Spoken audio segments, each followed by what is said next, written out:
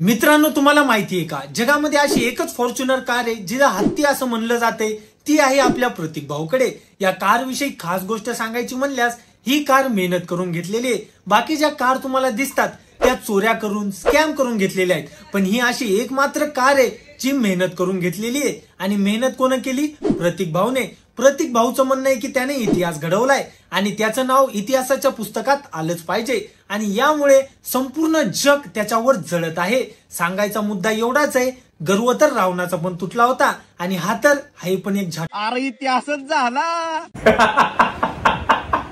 मग काय म्हणतात? तर रोस्टिंगला थोडंसं मनावर घेऊन स्वागत आहे भावांनो तुमचं आपल्या नवीन व्हिडिओमध्ये. तर भावांनो, आत्मविश्वास आणि माज दाखवण्यात थोडासाच फरक आहे. मी भारी याला म्हणतात आत्मविश्वास, पण माझ्याशिवाय कोणीच भारी नाही, मी एकटाच भारी याला म्हणतात माज, गर्व, अहंकार आणि आजच्या भाषेत म्हणायला गेलं तर इडी. तर तुम्हाला कळायलाच असेल आज पद्धतशीर कार्यक्रम होणार आहे या माजूर भोकाचा. बाकी तुम्हाला मी वाईट वाटू नये म्हणून व्हिडिओ शेवटपर्यंत पहा. दुसरं काय नाही, मज्जा येणार आहे. और फिर तुम्हारी फेयर एंड लवली का क्या हुआ? फिर मैंने उसे भी जाने दिया जिसके जाने से मेरी जान जाती है. नाही, तुम्हीच मला सांगा, असं तोंड घेऊन तुम्ही दुसऱ्याच्या कलर विषयी बोलसान का? वाटेल ना थोडीफार लाच, पण भाऊला एवढा कॉन्फिडन्स कुठून येतंय काय माहित. भाऊकडे भरपूर पैसा आहे, भाऊ त्याचा मास दाखवतोय, आपण करतो बी बैसन, पण भाऊ तोंडाचा मास तर नको दाखवू. मान्य आहे भाई, भरपूर आहे तुझ्याकडे पैसा पाणी, पण तोंड आहे म्हशीच्या गांड. मन लावून अभ्यास कर मित्रा, कारण भविष्यात मला डॉक्टर, वकील, इंजिनियर, पायलट, सीए आणि अकाउंटंटची गरज लागणार आहे.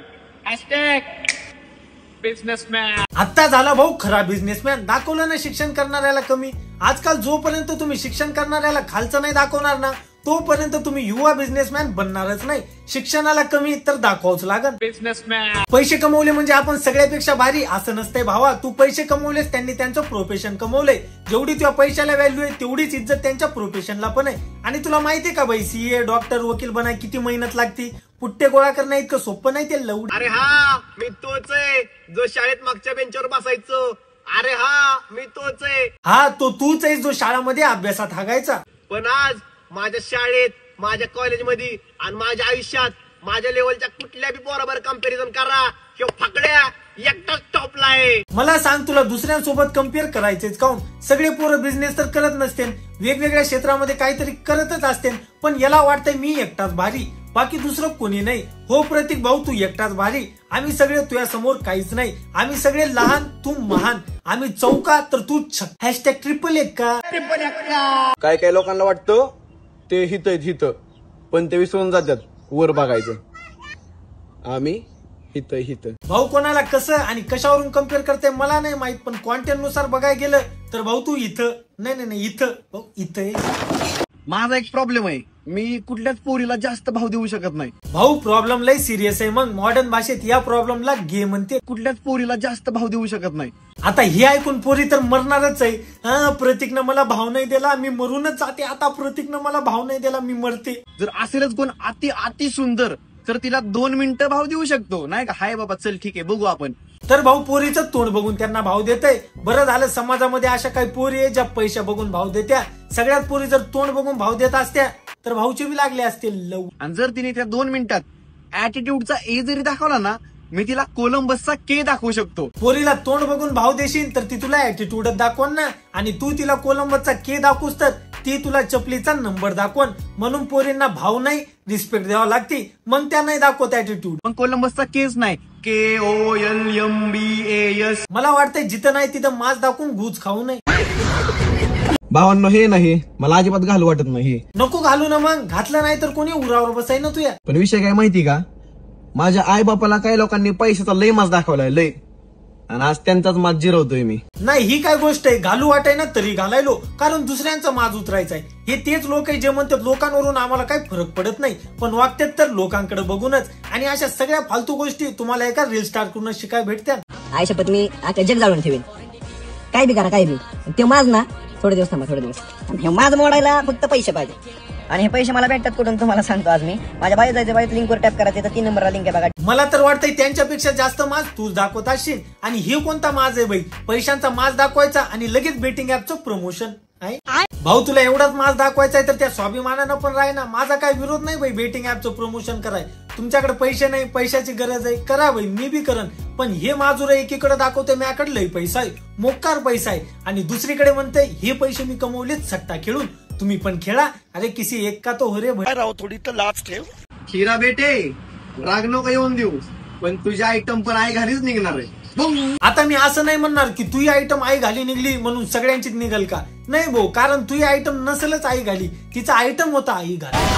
अशा पोरांमुळे आमच्या गल्लीतल्या बाब्याचं रिलेशन चालय ना. याचे व्हिडिओ पाहून ते त्याच्या आयटमवर शक करायलाय. त्या बिचारीनं काहीच केलं नाही, ती चांगली आहे, पण बाब्याने केलंय प्रतीकला फॉलो, आणि मग ते त्याचे व्हिडिओ बघून तिच्यावर डाऊट घ्यायलाय, आणि मग ती चांगली पोरगी बाब्याला सोडून जाते. आणि मग बाब्या काय म्हणते, सगळ्याच पोरी आई घाले. ती मला म्हणली तू माझं काहीच ऐकत नाही, कसला असला माझ आहे तुला. मी फक्त तिला एका लाईन मध्ये उत्तर दिलं की तुझा भाऊ पण माझ्याच वयाचा आहे, तो ऍक्टिवा घेऊन फिरतो, ते पण तुझ्या बाप्पाच्या पैशाची. मी माझ्या स्वतःच्या कष्टाने स्वतःच्या हिमतीवर हत्ती, घोडे, रॉकेट सगळं घेऊन फिरून बसलोय ह्या वयात. मी माझी लाईफ माझ्या कष्टाने माझ्या मेहनतीने केली. तुझ्यासारखीच्या बोटावर नाही नाचू शकत मी. राहायचंय राहा, नाही राहायचं. एक लाईन मध्ये उत्तर देतो म्हणून भाऊनं स्वतःच्या घमंडाचा निबंधच लावला. मी फक्त तिला एका लाईन मध्ये उत्तर दिलं. आता मला कळालं की याला पोरगी काऊन सोडून गेली. भाऊ माज दाखवण्यात एवढा पुढे गेलाय की भाऊला एवढं कळेल ना की माज कुठं दाखव आणि कुठं नाही. भाऊला सगळीकडे माझच दाखवायचंय. भावा प्रेम नावाची पण काहीतरी गोष्ट असते ज्यामध्ये ती आपल्या काही दोन गोष्टी ऐकन आणि आपल्याला पण तिच्या दोन गोष्टी ऐकावं लागतात. याला म्हणतात नातं. पण भाऊला या गोष्टीशी काय घेणं देणं नाही, कारण आपल्या भाऊनं कमवलेत पैसे. भाऊ करणार कम्पेअर तिच्या भावासोबत. तो भाऊ काय करतो, मी हे करतो ते करतो. तो भाऊ स्कूटी चालवतो, मी हत्ती चालवतो, घोडा फिरवतो. अबे ती घोडे, रॉकेट. अबे फुगीर बुटला, चांगल्या चांगल्याचा बाजार उठला, आणि जो माजला तो नेहमी तुटला. हे माझ्या हातातलं कडं चेमलं तर मी ह्या चुका सुधारत बसत नाही, मी डायरेक्ट बदलून टाकतो. मग ती वस्तू असो किंवा व्यक्ती. आता हातातलं कडं तुटलं तर भाऊ नॉर्मली पण सांगू शकते की कडं तुटलं, दुसरं घ्यायला आलो, पण ही सामेर की गाण मस्ती देखो, माज दाखवायचाय. मी डायरेक्ट बदलून टाकतो. भाऊ चुका सुधारत नाही बसत, डायरेक्ट बदलून टाकताय. मग ती वस्तू असू किंवा व्यक्ती. भाऊची घडी बिघडली, भाऊ बदलून टाकणार. उद्या भाऊची फॉर्च्युनर बिघडल, भाऊ बदलून टाकणार. उद्या चुकून त्याच्या बायकोकडून कप तुटल, भाऊ बदलून टाकणार. बायको नाही कप लव. तुझ्यात आणि माझ्यात फरक एवढाच आहे, तू ऑनलाईन डॉन आहे डॉन, आणि ऑफलाईन टाइमपास. मला येऊन भेट, मी ऑनलाईन कॉमेडी करतो. हो भाऊ कॉमेडी करताय म्हणे, कधी दिसली नाही. आणि ऑफलाईन म्हणजे ऑनलाईन भाऊ गुमेडी करताय आणि ऑफलाईन टिकटॉकची बंदूक चालवताय. याचा अर्थ असा झाला ऑनलाईन आणि ऑफलाईन दोन्हीकडे बी घाणच. माझ्या व्हिडिओला आधी वाईट कमेंट येत नव्हत्या, तेव्हापासून हे हत्यार आलंय तेव्हापासून वाईट कमेंट येतात. भाऊ हत्ती घेतला म्हणून वाईट कमेंट येईनात, हत्ती सोबत जे माज घेऊन आलास ना त्यामुळे वाईट कमेंट यायला. भाऊनं गाडी घेतली आणि भाऊचं डोकं ठिकाणावरच नाही राहिलं. गाडी घेऊन एक रील टाकन, 2 रील टाकन, महिनाभर रील टाकल्या, रील टाकल्यात जाऊ द्या, त्यावर भाऊचं बोल बच्चन, कोणाची लायकीच काढ. म्हणजे स्वतःचं ढुंगण लाल करून घेणं म्हणजे प्रतीक शिंदे. आता भाऊचेच फॉलोअर ज्यांनी याचा कॉन्टेंट बघायसाठी याला फॉलो केलंय ते स्वतः म्हणायलेत की आता बस झालं, बोर व्हायले, फक्त गाडीच्याच रील नको टाकू. हे त्यांना म्हणते मयावर जळायलेत. मेहनतीनं घेतली, एक नाही 100 रील टाकन. बघायचं तर बघा, नाहीतर नका बघू. व्हिडिओ टाकणार, बघायचं असेल बघा. भाऊ त्यांना तुझा कॉन्टेंट बघायचाय, माझ नाही. अरे काहीच काळात या चालणाऱ्यांचा विषय वाजवलाय आणि अख्खा 2025 एकट्या फकड्याने गाजवला. बस कर भाऊ बस कर. जे कोणी त्यावर जळू लागले त्यानं पण जळणं आता बंद केलंय. त्याला पण लाज वाटायली की मी कोणत्या लेकरावर जळलो आणि झक मारली. कमी वयात गाडी घेऊन जी इज्जत भेटाय पाहिजे ती सगळी भाऊने इंस्टावर आभाळ हेपळून घातली. गाडी घेतल्यानंतर भाऊचे 2 लाख फॉलोअर वाढले म्हणे, पण कमेंट्स मध्ये 200 शिव्या वाढल्या, त्या कोण सांगन. आता म्हणू नको की माझ्यावर जळायलेत. नाही भाऊ, आम्ही जळायनं तुझ्यावर. आम्हाला माहित झालंय की सोनेरी चड्डी मागचं ढुंगण लालय. आणि तुला अजून पण वाटत असेल की मी अति कराय ना, तर ही कमेंट बघ. आता तुझेच फॉलोअर म्हणायलेत की तुला अनफॉलो करायची वेळ आली. यावरूनच समजून जाय की तुला बंद पडायची वेळ आली. तर बस झालं भावांनो. भाऊचे काय पॉझिटिव्ह पॉइंट्स पण आहे, त्यासाठी भाऊला बिलकुल येत नाही. बाकी तुम्हाला व्हिडिओ आवडला असेल तर लाईक करून टाका, जास्तीत जास्त शेअर करा आणि सबस्क्राईब करा. भेटू लवकरच.